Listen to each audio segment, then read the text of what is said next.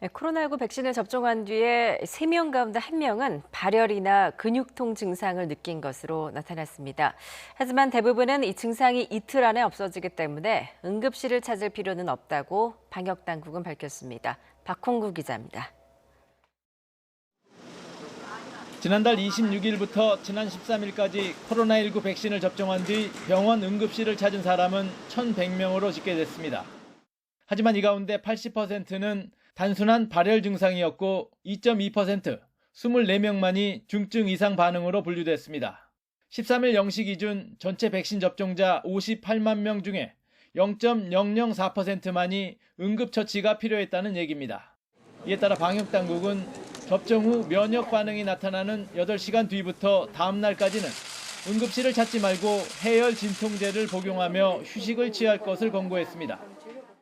단순한 발열이나 그다음에 근육통 등으로 응급실을 가신다 하더라도 별다른 처치를 하시지 않습니다. 대부분 오래 기다리시거나 접종 후 이상 반응 신고와는 별도로 접종자 18,000명을 조사한 결과에서는 33%, 3명 중 1명은 불편감이 있다고 응답했습니다. 접종 부위 통증, 근육통, 피로감, 두통, 발열 등 면역 형성 과정에서 생기는 증상들이었습니다. 따라서 백신 접종 전에 미리 해열 진통제를 준비해 놓고 증상이 나타나면 곧바로 약을 복용하는 게 좋습니다.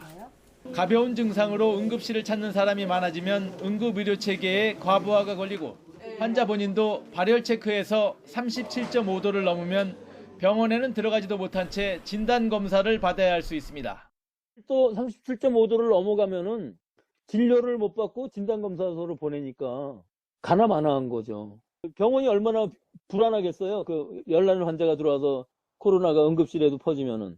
제일 먼저 1차적으로 해야 될 거는 진단검사부터 먼저 받는 것이 답일 수 있다. 다만 증상이 이틀 이상 이어지거나 호흡곤란, 의식이 흐려지는 경우 등 심각한 알레르기 반응을 보일 때는 119에 신고하거나 응급실을 가야 합니다. 정부는 백신 접종 후 휴가 도입과 관련해 어떻게 제도화할 수 있을지 구체적인 방안을 놓고 관련 부처들이 협의하고 있다고 밝혔습니다. 합리적 실행 방안을 마련해 이르면 다음 주쯤 발표할 예정입니다. YTN 박홍구입니다.